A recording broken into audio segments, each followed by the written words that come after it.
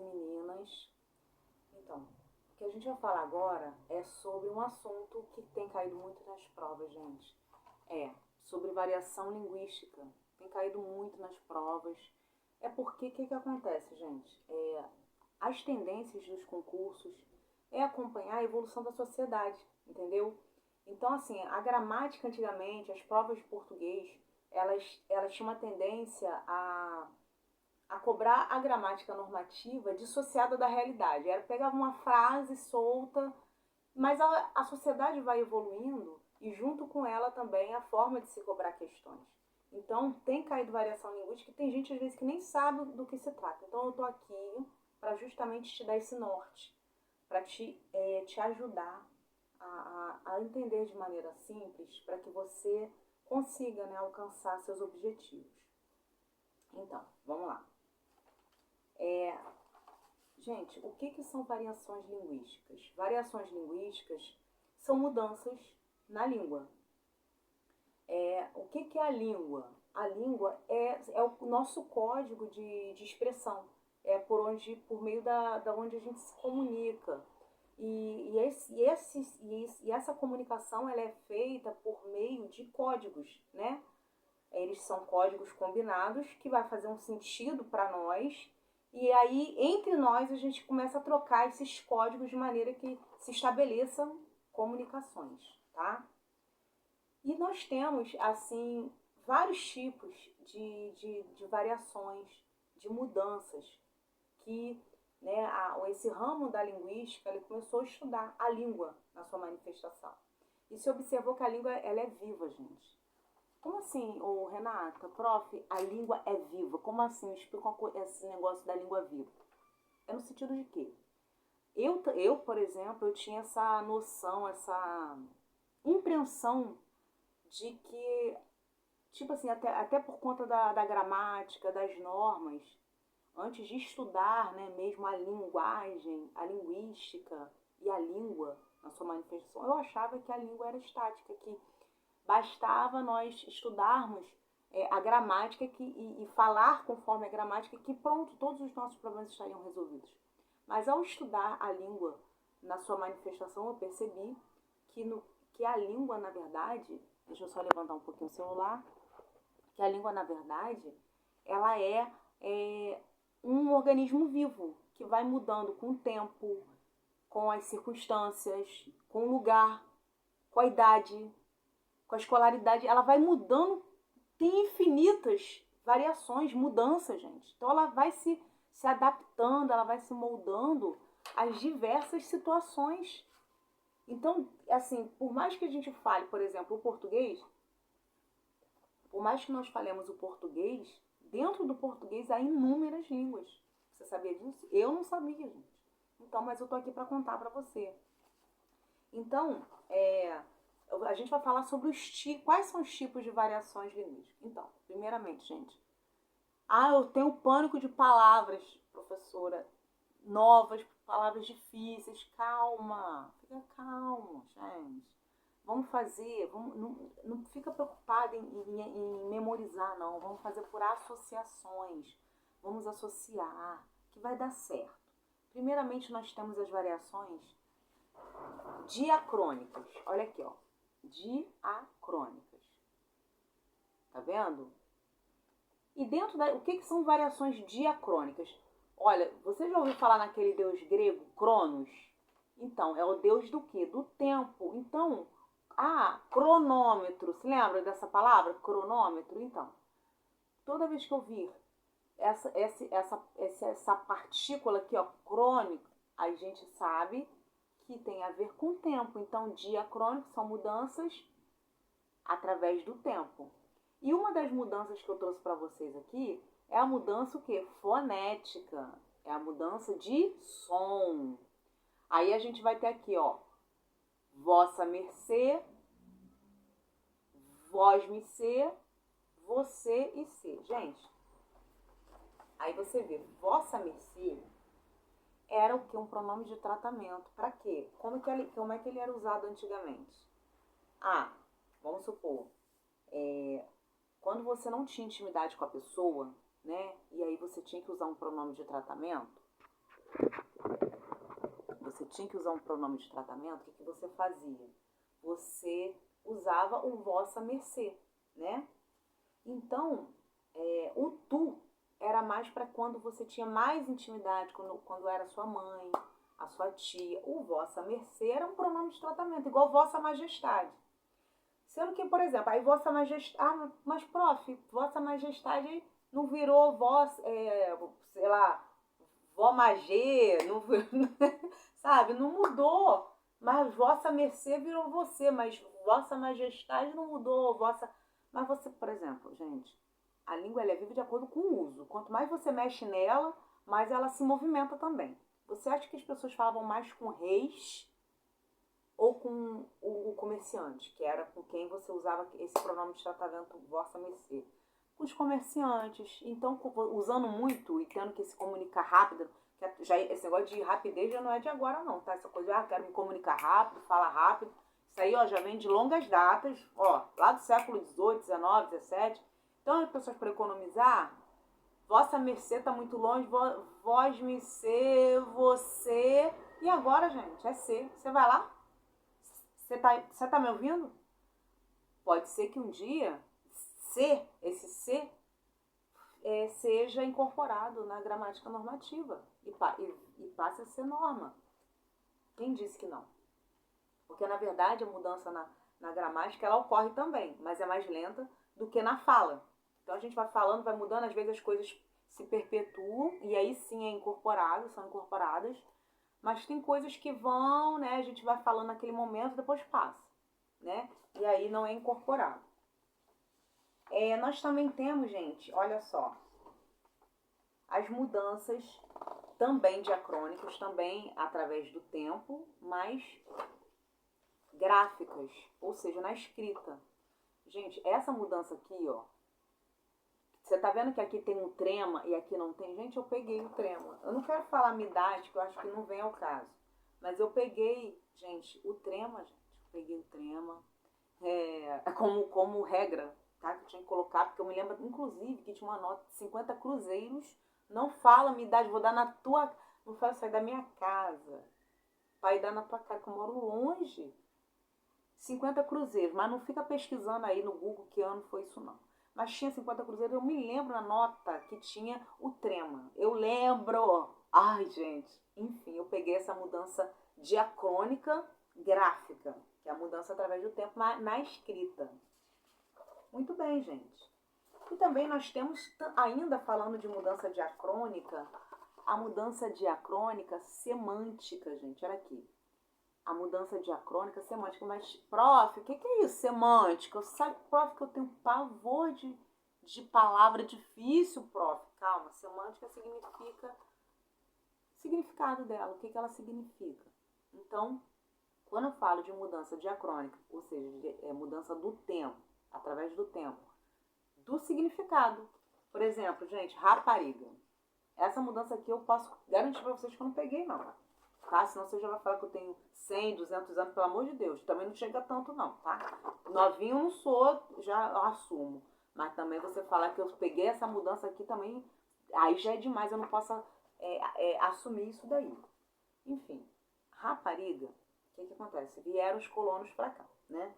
E aí eles queriam namorar, né? Vamos dizer assim, as pessoas profissionais do sexo, não tem? Então, eles queriam, assim, namorar, consumir, né, esse produto e tal. E aí, o que acontece?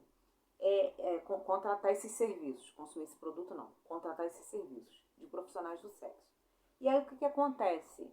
Eles chegaram, sendo que lá em Portugal existe o feminino de rapaz, que é o que? Rapariga. O feminino de rapaz, em vez de ser moça, como aqui no Brasil, lá em Portugal é rapariga. Então, eles queriam uma moça. Eu quero uma moça, né? Pra namorar, quero pagar pelos serviços sexuais dessa moça. Que aí, ao invés de falar moça, ele falava o quê? Rapariga. Eu quero uma rapariga, quero uma rapariga. E aí, o que acontece? As pessoas começaram a associar rapariga com a pessoa que é da vida, né? Que eles falavam da vida. E as pessoas que prestavam serviços sexuais, entendeu, gente? Então, essa é uma mudança de significado, porque o significado, na verdade, não era de esse tipo de, né, de pessoa que, né, que cobra pelos serviços sexuais, mas era realmente uma moça, como se fosse assim, eu quero uma moça, quero uma moça. Mas acabou, né, pegando essa conotação aí, tá, gente? E agora nós vamos falar sobre as mudanças diatópicas. Também não se apavora, sem pânico, fica calmo. Ai, que nome, eu não... é muito nome difícil. Calma, tudo é dia. Tudo é dia porque é mudanças. Mas toda vez que você vir topos, tudo que há topos, é lugar, gente. Fica calmo, fica calmo. Então, as mudanças diatópicas é de acordo com mudanças geográficas, de onde a pessoa está, dependendo de onde a pessoa está. Então, por exemplo, olha só que interessante. A gente aqui no Sudeste, eu não sei de onde você está assistindo essa aula agora, mas aqui no Sudeste, no Rio de Janeiro, sou do Rio de Janeiro, as pessoas, a gente fala aipim. A gente fala assim. Aí, por exemplo, lá no Nordeste, as pessoas falam macaxeira. Lá no Nordeste, as pessoas falam macaxeira. E lá já no Sul, as pessoas falam o quê? Mandioca. Olha só que interessante, que mudança de palavra, né? Variação, é isso que a gente fala, variação, diatópica, quer dizer, de acordo com o lugar. É uma mudança geográfica. Muito interessante, então. Assim ocorre com outras coisas também, você pode ver, observar sotaque. Uma pessoa, por exemplo, o meu sotaque, eu nem sabia que eu tinha sotaque, tá? Porque a gente que é do Rio de Janeiro, carioca, a gente cresce achando que a nossa fala é a referência. E de fato, assim, não que seja referência, mas por que houve essa ideação de que o carioca tem a fala, até que jornalistas, né, eles tinham que se adequar ou imitar o sotaque carioca para serem aceitos, né? Não poderiam falar com o sotaque nordestino. Porque justamente o português, quando veio colonizar, ele veio primeiro para o Rio de Janeiro. Então esse chiado que a gente tem, carioca tem, vocês, isso é do português. Então, como era privilegiado, né, socialmente a colônia, os colonos, né, então também a fala, o sotaque do Rio de Janeiro, do carioca, né, da metrópole do Rio, ficou também privilegiado enquanto norma de fala, né, de variação linguística. Mas nós sabemos que isso hoje, né, a gente não tem juízo de valor sobre regiões, são apenas variações. Cada lugar tem a sua maneira de se expressar e não cabe juízo de valor para saber qual é o lugar melhor, qual é o lugar menos favorecido, não. Todos os lugares têm o seu valor, as suas falas são características destes lugares que são fabulosos, cada um com as suas características e peculiaridades. Então não cabe juízo de valor. Muito bem, gente. E agora nós vamos falar sobre as variações diastráticas, que são as variações, às vezes, com relação à escolaridade, as variações, às vezes, com relação ao gênero, né? Se é mulher ou se é um homem, e também a variação etária, dependendo da idade das pessoas. Você não concorda que, vamos supor, né, uma pessoa que estudou, sei lá, fez PhD, estudou até o último, onde não tem mais para onde ir, estudou até o último livro, até o final. Ela vai ter uma fala diferente, você concorda? Eu não estou colocando juízo de valor, veja bem. Eu estou falando sobre diferenças, sobre variações. Ela vai ter uma fala diferente de uma pessoa que tem uma baixa escolaridade, né? Por quê? Porque ela vai ter contato muito maior com a escrita, né? Ela vai ler muito mais, ela vai escrever muito mais por conta da escolaridade. Então, a pessoa que teve pouco contato com a escrita, com a leitura, obviamente ela vai falar de maneira diferenciada da pessoa que tem o maior grau de escolaridade.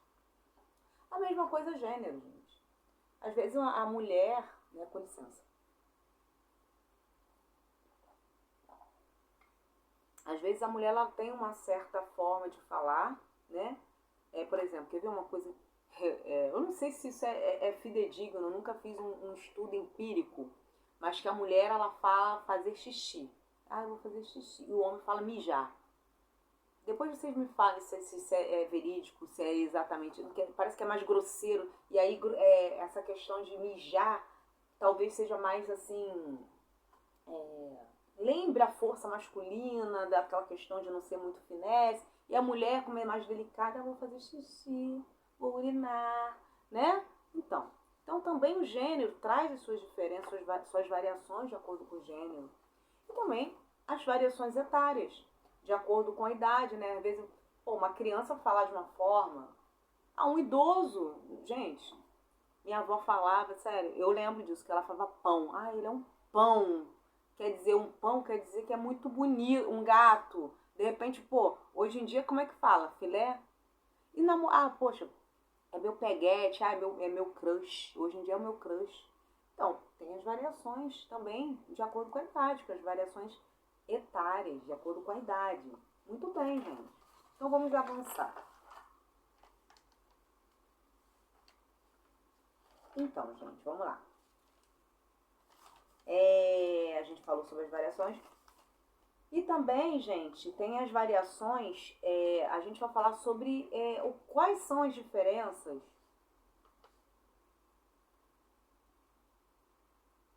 Quais são as diferenças entre gírias e jargão? Por exemplo, gíria, né, é associada a grupos jovens, né? A gente fala, eu falo que é grupos jovens, mas eu falo gíria, gente. Eu falo gíria. Então fala que gíria é mais associada a grupos jovens. Mas eu falo gíria também. Eu não sei se eu sou jovem, né? Mas obrigada se você acha que eu sou jovem, mas eu falo gíria também. E jargão, ele é mais associado a grupos profissionais. Por exemplo, gente, eu sou da área da saúde também, para quem não sabe. E a gente tem uma terminologia toda própria. Se você for, nunca saia com uma roda de pessoal da área de saúde. Porque você vai ter vontade de se levantar e ir embora. Porque é tanto... poxa, não progrediu o catéter. Você passou aquela sonda número 8 e não tá, ele lacrimejou. É nesse sentido que o papo rola numa roda de cerveja, de chopp. Você vai ficar com vontade de ir embora se você não for da área de saúde. Porque são jargões, são as palavras concernentes à nossa área, a área de saúde. E também, gente, advogado. Também tem o juridiquês deles, que você vai ficar boiando se você for sentar para conversar com ele. Ele sozinho vai também estabelecer uma comunicação com você, vai até ser tragável. Mas se você estiver numa roda de advogados, meu querido, você vai se sentir perdido mais do que cego em tiroteio. Então, por quê? Por causa dos jargões. Tá, gente? Muito bem, estamos avançando, hein? Agora nós vamos falar sobre as variações diafásicas. Prof, há mais uma palavra. Gente, calma. As variações diafásicas, elas são de registro, de fase. Vamos botar assim, para você não esquecer. Diafásicas de fases da língua, de momentos. Eu tô numa fase muito difícil, ou seja, eu tô num momento muito difícil. Então, registro são momentos, tá? Fica tranquilo, nada de surtar, ficar nervoso, infartar. Não quero ninguém nervoso aqui, não. Então, gente, vai depender de quê? Do grau de formalidade. Isso é muito simples de você pensar. Olha só. Como é que você vai na padaria comprar pão? Você coloca o seu longo e salto alto? Eu acredito que não. Não, professor, prof, eu gosto de causar mesmo. Se eu tiver aqui toda arrumadona e lá no padaria comprar pão, eu vou. Tudo bem, é uma questão de gosto, mas você há de convir que você vai chamar um pouco de atenção, né?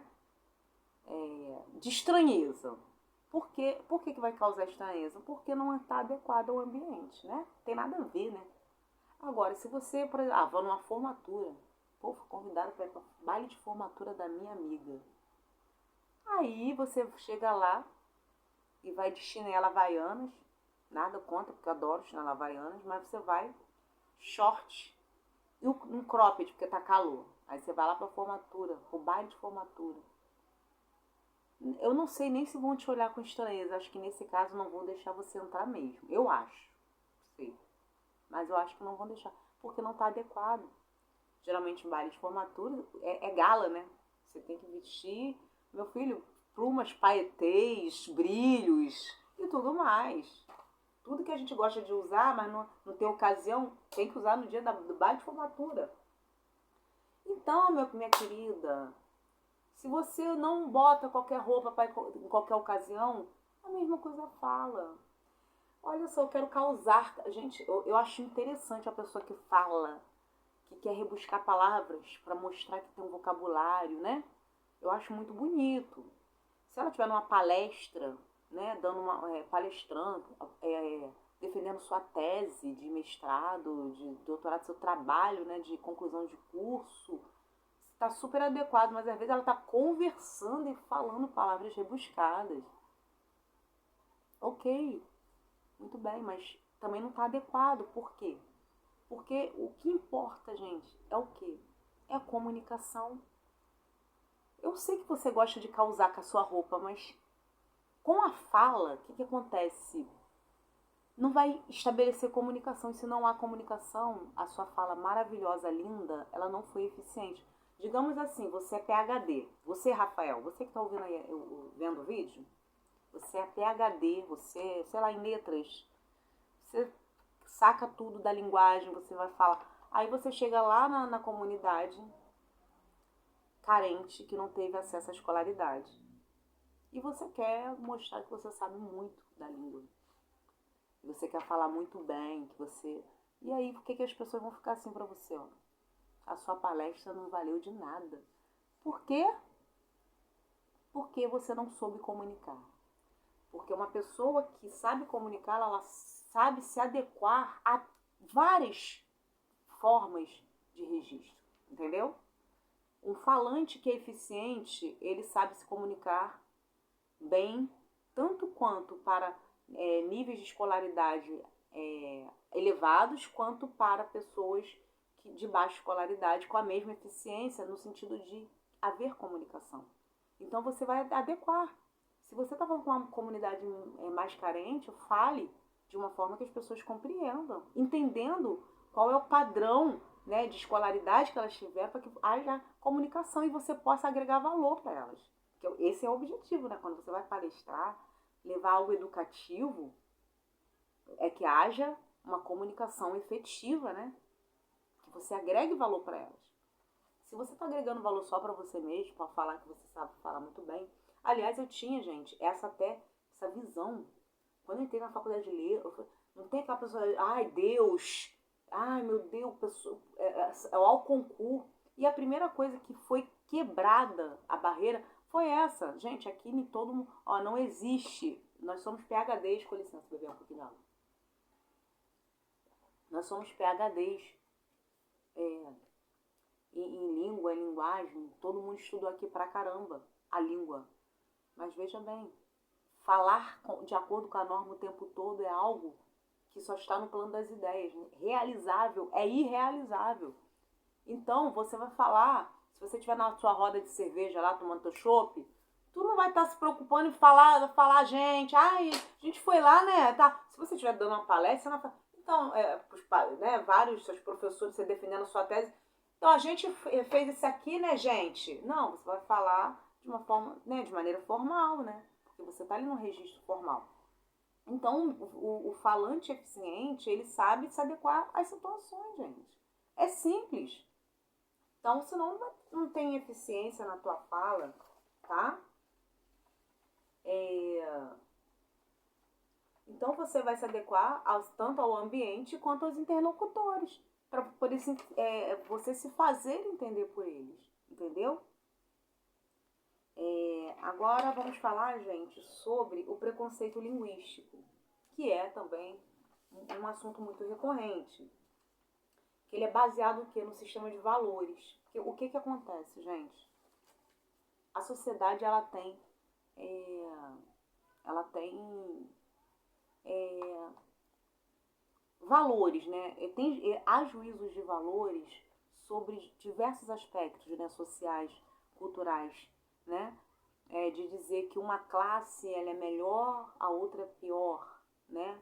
E isso vai se estendendo, gente, sutilmente por vários nichos. Música, por exemplo. Eu vou te dar só um exemplo aqui. Não estou dizendo. Aí que eu estou te falando, não há juízo de valor no que eu vou falar. Você pode não gostar, é uma questão de gosto, mas é porque geralmente é associado, por exemplo, funk, pagode, samba, é associado aqui às classes, né, pretas, pobres, marginalizadas socialmente. Então, geralmente a pessoa não gosta de pagode, de funk. Não gostar de um estilo musical é direito de todo, né, de todo mundo. Mas será que esse não gostar é um não gostar por conta da pobreza musical e tudo mais? Ou é por conta de fato inconscientemente isso está ligado às classes menos abastadas? E isso também, a nossa língua também reflete esses preconceitos sociais na nossa língua. Mesmo porque a língua ela é uma forma também de domínio. Você sabia disso? É. O conhecimento é uma forma de domínio e a língua também é uma forma de domínio, mas não deve ser, porque a gente tem que passar, todos têm que ter direito, sobretudo as crianças com baixas condições financeiras, elas têm que ter acesso, gente, ao ensino formal, para que elas consigam chegar a cargos formais, porque elas têm que ter conhecimento da norma e tudo bem. Elas, na comunidade delas, elas vão usar da forma que elas se sintam à vontade dentro da comunidade delas para que haja o quê? Comunicação eficaz. Mas elas têm que conhecer para que quando elas forem prestar um exame, fazer uma prova, elas tenham condições de reconhecer todos os elementos ali apresentados, porque conhecem a norma padrão. Então, reflete-se na nossa língua também esse preconceito da sociedade. Então, por exemplo, por que eu tô falando isso? Quando você escuta assim, nós é bonita, hein? Você ai, que ódio que meu ouvido chega aqui. Eu já ouvi falando de pessoas falando isso. Meu ouvido chega a queimar quando eu escuto isso. A pessoa PhD, né, de língua, de gramática, o gramático fulano de tal, o meu ouvido arde. Por que arde? Porque não tá de acordo com o português. Não está de acordo? E você fala de acordo com o português o tempo inteiro? Eu falo. Tudo bem que eu não falo, mas eu falo a maioria das vezes. Tem certeza? Me responde aqui. Ele foi pego de surpresa ou ele foi pegado de surpresa? O que você, se fosse uma prova agora, o que você responderia? Tá. Você responderia, ele foi pego, né, de surpresa, então. E se eu te falar que ele foi pego está errado e ele foi pegado é o correto? Sabe por quê? Porque essa palavra ele não é abundante. Então, ele não tem duas formas no particípio. Ela não tem duas formas, ele não é um verbo abundante. Então, ele segue a mesma forma de particípio do verbo amar, ou seja, ele tinha amado. Você não fala ele te amo, ele tinha amado, né? Então, a mesma coisa pegado, ele tinha pegado, ele foi pegado. Não tem pego, não existe. Mas por que você acha que existe? Vou te falar por quê. É porque isso aqui a gente fala. As classes mais desfavorecidas, escolarizadas ou até financeiramente, né, também menos abastadas, falam nós vai, então por isso que isso te grita tanto no teu ouvido, te incomoda tanto. Mas isso aqui não te incomoda mesmo. Aqui, mas vou te falar, isso aqui tá tão errado quanto nós e nós vai, gente. Tá errado também. Mas não existe escala de mais errado ou menos errado. Ou está de acordo com a norma ou não está. E isso aqui não está pego, está em desacordo com a norma, tanto quanto nós é e nós vai. É porque dentro de nós existe uma coisa chamada preconceito linguístico, que tem que ser abolido, tanto quanto o preconceito social. Tá, meu lindo e minha linda? É só uma reflexão também para a nossa língua, tá? Espero que você tenha gostado da aula, tá? É de maneira simples que a gente vai chegar, vamos indo do simples para o complexo, que não adianta jogar um monte de informação em você e na hora da questão você não consegue, você fica perdido. Eu vejo um monte de aluno assim, ah, compras melhor, o gramático com títulos e tal, não sei das quantas, mas na hora do vamos ver, é você e a prova, não é o gramático com nome, entendeu? Então vamos do simples, que o simples ele faz milagres por você, entendeu? É o simples, é o cara a cara, é a pessoa que te ajuda, que te pega pela mão do simples e aí você vai conseguir resolver qualquer questão. As mais simples, as mais complexas, não vai ser dificuldade nenhuma para você, tá? Beijos e até a próxima.